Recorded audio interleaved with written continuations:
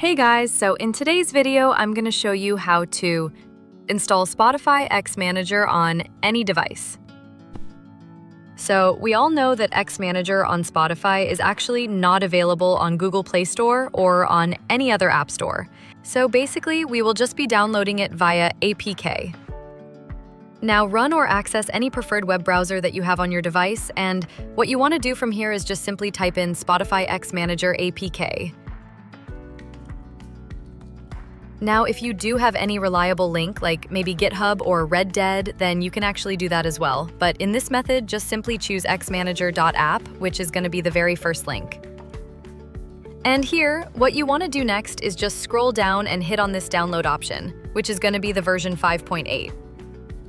Now, to successfully install it, just simply allow unknown or anonymous resources files that you have from your phone. Just simply enable and allow all those on-screen prompts for you to successfully install this.